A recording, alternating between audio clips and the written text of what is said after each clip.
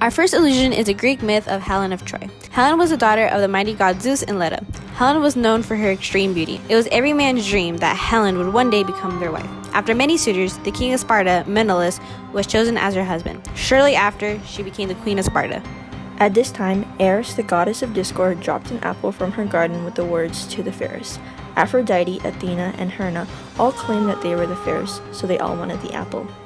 Zeus asked Paris to claim the fairest out of them three, so all the women tried to persuade them with gifts and offers. He ultimately chose Aphrodite, as she promised him marriage with Helen. Paris met with Helen, and the couple ran off to Troy.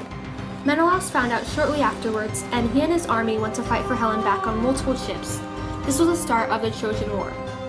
From this tale, many can allude to the phrase, "the face that launched 1,000 of ships," meaning that someone who starts commotion or movement. This relates to Helen of Troy, as she is the reason why the Trojan War started. One literary allusion is found in Romeo and Juliet. In Act 2, Scene 4, Mercutio says, "She had a better love to bewrong her. Dido a dowdy, Cleopatra a gypsy, Helen and Hero Hildings and Harlows." He says this while Romeo is sad that Rosalind rejected him.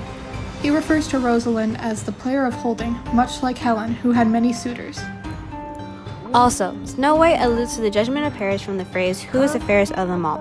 When Snow White's evil stepmother says, "Mirror, mirror on the wall, who's the fairest of them all?" this relates to Paris judging who is the fairest among Aphrodite, Athena, and Hernia after an apple with the words, "To the fairest," is dropped by Eris. Snow White's evil stepmother is asking her mirror to judge who is the fairest in all the land. And this relates to Helen of Troy because Aphrodite promised Paris marriage with Helen in exchange for being chosen as the fairest. One pop culture reference that alludes to the tale of Helen of Troy is in Robert Goulet's single, "Real Live Girl." In the song he sings, "Go be a holdout for Helen of Troy." In this lyric he is alluding to the girl that he is in love with, calling her a Helen of Troy. This means that the girl he is in love with is as beautiful as Helen. Our second allusion is Ali Baba and the 40 Thieves, a story from the Arabian Nights. It started off with Ali Baba, the youngest of two brothers. His brother Qasim was married to a rich wife, yet Ali Baba and his wife were very poor and worked hard every day to sustain themselves. One day, Ali Baba was out in the forest cutting wood when he caught sight of a band of thieves with their hands full of loot. Ali Baba thinks fast and hides in a tree and watches as the captain of the thieves approaches a mountainous boulder, reciting the words, "Open Sesame," allowing the boulder to move itself. Ali Baba was struck with awe as the boulder revealed an entrance to a vast cavern. All the thieves entered with their loot and came back empty-handed.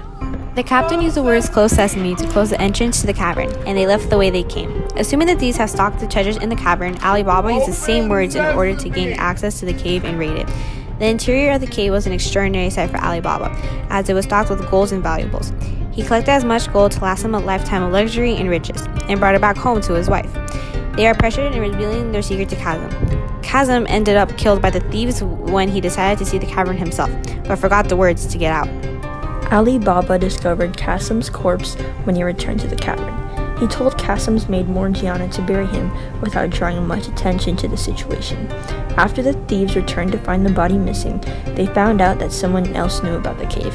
The thieves eventually suspected Ali Baba and put an X on his door, so they know which house to attack. Their plan was unsuccessful as Morgiana discovered the symbol on Ali Baba's house and drew the same symbol on every house in order to confuse the thieves. Eventually the thieves came up with a different plan. The captain of the thieves pretended to be a guest at Ali Baba's house. Morgiana then found out that the guest staying at their home was actually going to kill Ali Baba. She danced in the kitchen for Ali Baba and the captain, who was disguised as a merchant. She attacked right in time to stop the imposter from stabbing Ali Baba by stabbing and killing him herself. In the end, the entire family lived successfully from the wealth that they gained from the cave that they, and only they, have access to. One piece of literature Ali Baba and the 40 Thieves has been referenced in is A Christmas Carol.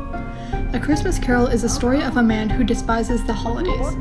Three spirits, the ghost of Christmas past, the ghost of Christmas present, and the ghost of Christmas yet to come, visit him and show him to appreciate Christmas. The main character, Ebenezer Scrooge, says, "Why, it's Ali Baba. It's dear old honest Ali Baba. Yes, yes, I know.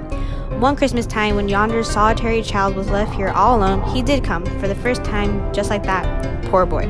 Scrooge mentions Ali Baba because at Christmas time, his only friends were the characters in his books. The more he read, the more they became real to him.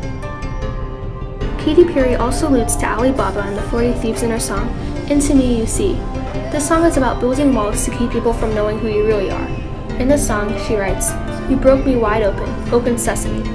Open sesame was a magic phrase used to open the portal in the story of Ali Baba.